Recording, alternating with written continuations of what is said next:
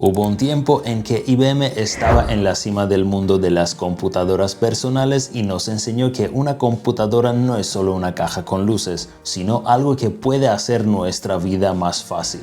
Después, la compañía desapareció de los titulares, fue vendida a los chinos de Lenovo y parecía que su estrella se había apagado, pero no fue así.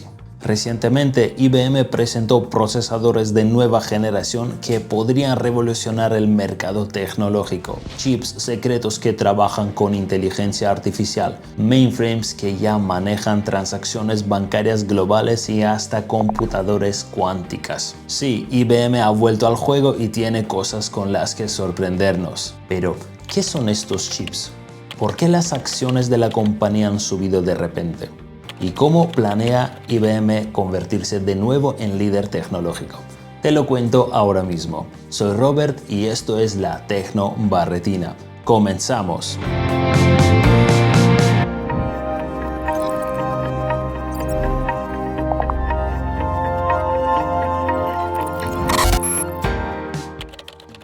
El auge y la caída de IBM.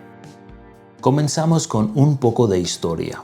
IBM fue fundada en 1896, lo que la convierte en una de las pocas empresas tecnológicas con casi 130 años de trayectoria. No es común encontrar compañías en el sector tecnológico con semejante legado. Hace poco mencionamos brevemente a Nintendo, que también tiene una larga historia, pero principalmente se enfocan en el mundo de los juguetes y los videojuegos. Por cierto, suscríbete para no perderte nuestro vídeo completo sobre Nintendo. IBM, por otro lado, dejó una marca indeleble en la tecnología. Entre sus grandes hitos se encuentran la creación del primer disco duro, los primeros mainframes comerciales, esas enormes computadoras que revolucionaron el procesamiento de datos empresariales, y en los años 80 el lanzamiento del legendario IBM PC. Este producto no solo se convirtió en un fenómeno de ventas, sino que también permitió a la compañía controlar el 80% del mercado de las computadoras personales, allanando el camino para la informática moderna que conocemos hoy en día. Si bien ya existían computadoras domésticas antes, fue IBM quien popularizó los PC y los hizo accesibles. Pero, como dicen, el éxito no es eterno.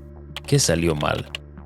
En los años 90, IBM enfrentó una competencia enorme. La empresa había hecho abierta la arquitectura de sus PC, lo que permitió a otras compañías copiarlas fácilmente y vender clones a un precio más bajo. Así nacieron los llamados PC compatibles con IBM. Esto condujo a una caída drástica del 80% del mercado. Su participación se redujo a un 20% a principios de los 90. En 2005, IBM renunció definitivamente a la fabricación de PC y vendió esa división a Lenovo, en una transacción que causó tanto revuelo que casi provoca un escándalo internacional. Esto fue porque IBM no era solo una empresa, era un símbolo de la superioridad tecnológica de Estados Unidos. Sus computadoras eran usadas hasta en la Estación Espacial Internacional y el gobierno las consideraba un patrimonio nacional por sus aportes históricos.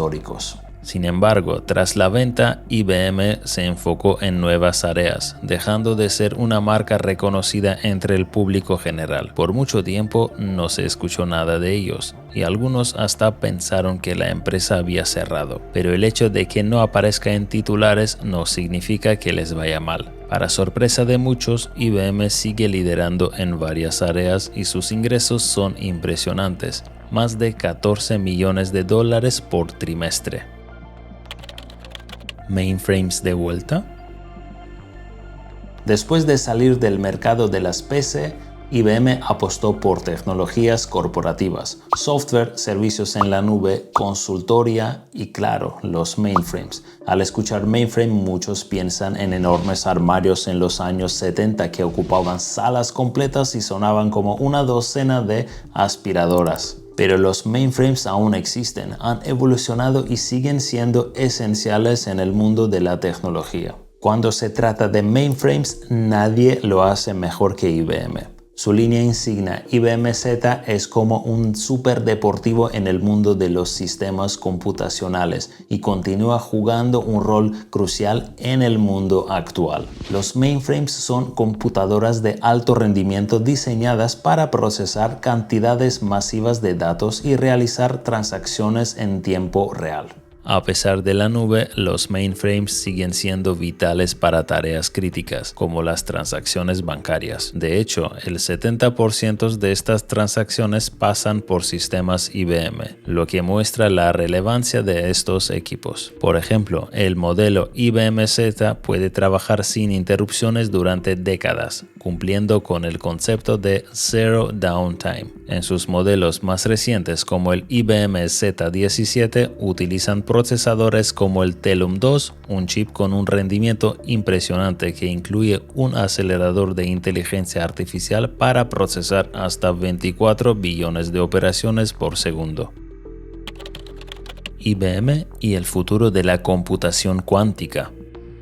Hablemos de un campo revolucionario donde IBM está liderando. La compañía no solo está en la vanguardia de la tecnología, sino que también ha construido un puente entre las computadoras tradicionales y la computación cuántica. En diciembre de 2023, IBM presentó su último logro, el Quantum System 2. Este sistema modular incorpora múltiples procesadores Heron, diseñado para ser escalable y adaptable a medida que se desarrollan nuevas tecnologías. Es como si estuvieran construyendo la columna vertebral del futuro de la computación cuántica, preparándose para algo grande, un superordenador cuántico de 100.000 qubits antes de 2033. Pero IBM no se queda ahí. También abrió su primer centro de datos cuánticos en Europa, en Ehingen, Alemania. Este lugar impresionante ya está equipado con procesadores avanzados como el Eagle de 127 qubits y el Heron de 133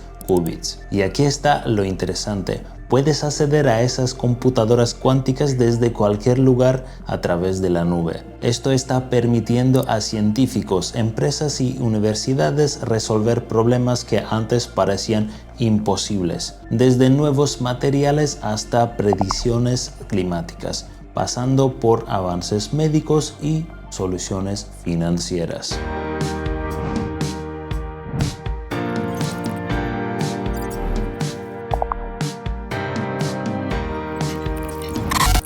IBM está plantando la bandera en el futuro. Al igual que lideró con las PCs en los años 80, está demostrando que sigue siendo una de las grandes fuerzas transformadoras en el mundo tecnológico. ¿Será IBM la primera en ofrecer un computador cuántico personal? El tiempo lo dirá. Déjame tu opinión en los comentarios. ¿Qué piensas de todo esto? Y por supuesto, para todos los fans de Tecnobarretina, no olviden dejar el icónico Hello Ricky después de suscribirse. Y nos vemos en los próximos videos.